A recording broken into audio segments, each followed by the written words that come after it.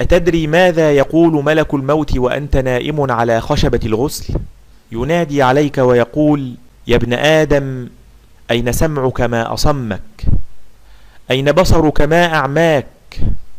أين لسانك ما أخرسك؟ أين ريحك الطيب ما غيرك؟ أين مالك ما أفقرك؟ فإذا وضعت في القبر نادى عليك الملك: يا ابن آدم، جمعت الدنيا أم الدنيا جمعتك؟ يا ابن آدم، تركت الدنيا أم الدنيا تركتك؟ يا ابن آدم، استعددت للموت أم المنية عاجلتك؟ يا ابن آدم، خرجت من التراب وعدت إلى التراب، خرجت من التراب بلا ذنب وعدت إلى التراب وكلك ذنوب.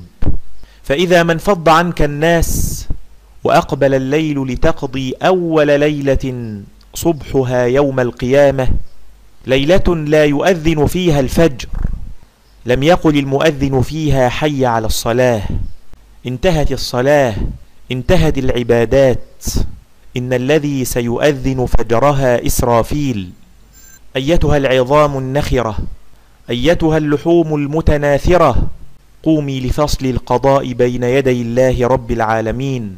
ونفخ في الصور فجمعناهم جمعا وحشرناهم فلم نغادر منهم أحدا. عندما يقبل عليك الليل في أول يوم في قبرك، ينادي عليك مالك الملك وملك الملوك، يقول لك: يا ابن آدم، رجعوا وتركوك وفي التراب دفنوك، ولو ظلوا معك ما نفعوك، ولم يبق لك إلا أنا، وأنا الحي الذي لا أموت. يا ابن آدم، من تواضع لله رفعه، ومن تكبر وضعه الله. عبدي، أطعتنا فقربناك، وعصيتنا فأمهلناك، ولو عدت إلينا بعد ذلك قبلناك.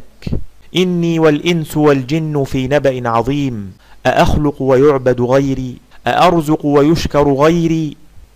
خيري إلى العباد نازل، وشرهم إلي صاعد، أتحبب إليهم بنعمي وأنا الغني عنهم، ويتباغضون عني بالمعاصي وهم أفقر شيء إلي.